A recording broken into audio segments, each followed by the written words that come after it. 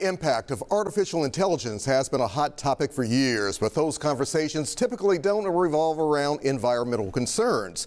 Now, here in the Bluff City, that's become the chief worry for environmental advocates and residents of Southwest Memphis, the home of the Elon Musk XAI supercomputer.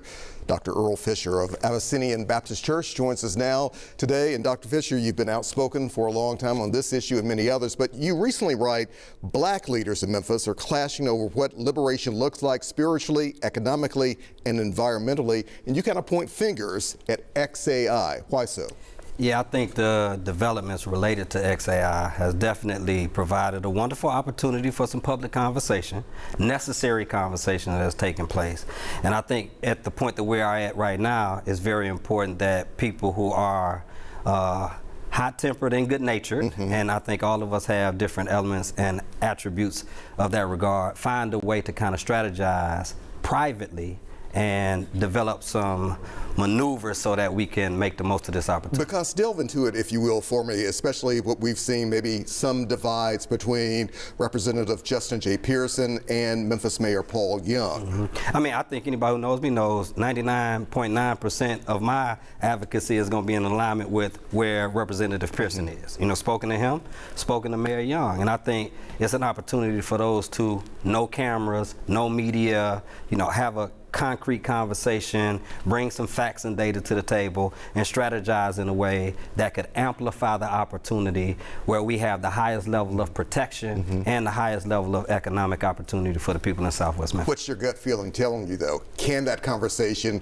or conversations, can they really take place, though? I deeply believe it can, and I know that there are other people who have been involved in this too, and people who have been working behind the scenes. Tracy Adams, Amber Sherman, several people in Boxtown and Westwood. I have complete confidence that all of the respective parties can come together and do the necessary strategy work, because we've seen it happen historically in moments like this. You also take a look at something else that you say there is a similar pattern also when we were talking about the recent county budget that was passed and maybe the potential divide or different maybe opinions between Shelby County Mayor Lee Harris and the County Commissioner Charlie Caswell. What do you see there? Look, I think this is an opportunity for us to leverage budgetary items in ways that benefit people who have been pushed to the margins and left out for far too long. This is indicative of the reality that the black community is not monolithic. And so it's important for us to allow people to advocate and amplify the merits of these arguments.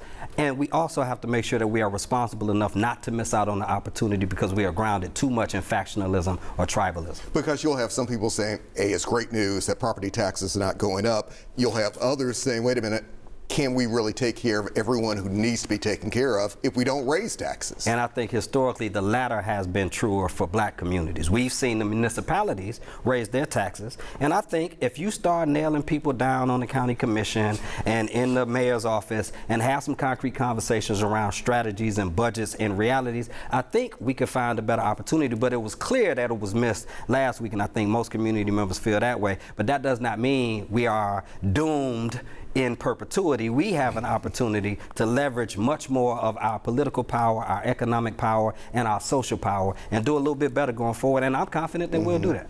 In the spiritual realm as well, or the spiritual arena, you also take a deep dive into that. Yeah, some back and forth between what's happening with Target, which is being rightfully protested, and some faith leaders who have been advocating for that along with community members and politicos. And then there's some people who are connected to some denominational organizations that may have maneuvered in ways that have compromised some of the efficacy of that protest. It is an opportunity for us to discuss some of the extreme details of how you engage in political activism and how you partner and strategize with like an inside and an outside game. I know you would appreciate this. This is something that the late Ricky Floyd and I used to do.